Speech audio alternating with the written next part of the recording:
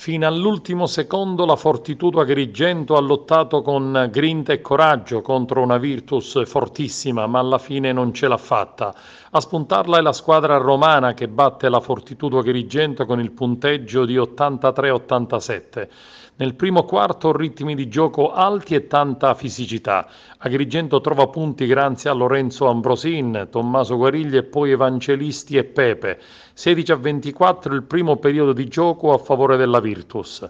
Sicuramente una giornata difficile per la Fortitudo che ha dato il massimo fino alla fine contro un'avversaria temuta e fisicamente più forte. I biancazzurri si portano ancora a meno di un punto dalla Virtus in Roma nel secondo periodo di gioco, ma è sempre la Virtus a spuntarla e chiudere il secondo periodo 43-49.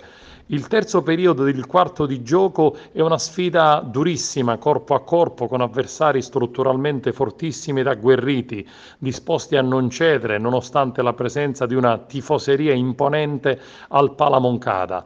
Agrigento non molla fino alla fine, Pepe prova a regalare una gioia nel finale, ma la Virtus in Roma porta via i punti e naturalmente canestro.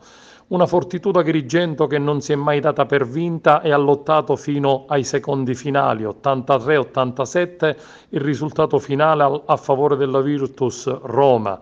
I biancazzurri domenica affronteranno la Pallacanestro Trapani. Doveva essere un banco di prova, no? Doveva essere la verifica, una verifica importante contro la prima in classifica della nostra competitività ai più alti livelli di questo campionato, al di là delle posizioni in classifica, che con l'equilibrio che c'è quest'anno, 2 partite vinte, 2 perse, ti trovi primo e ottavo con la stessa rapida e irrisoria facilità. Ma al di là di questo, proprio la capacità di giocare una partita di questo livello, e per noi la capacità di giocare con Marco abbiamo provato a chiedergli uno sforzo, ma ancora presto, diciamo che ci vorrà ancora qualche giorno, qualche settimana per recuperarlo. Guariglia abbiamo provato a verificare, ma come avete visto ancora non siamo. L'infortunio dopo 4 minuti, 5 minuti, 3 minuti, non lo so quanti, 4 minuti e mezzo di Zilli ovviamente ha complicato le cose nella giornata in cui dovevamo marcare uno dei giocatori più dominanti all'interno dell'area, che è Sims.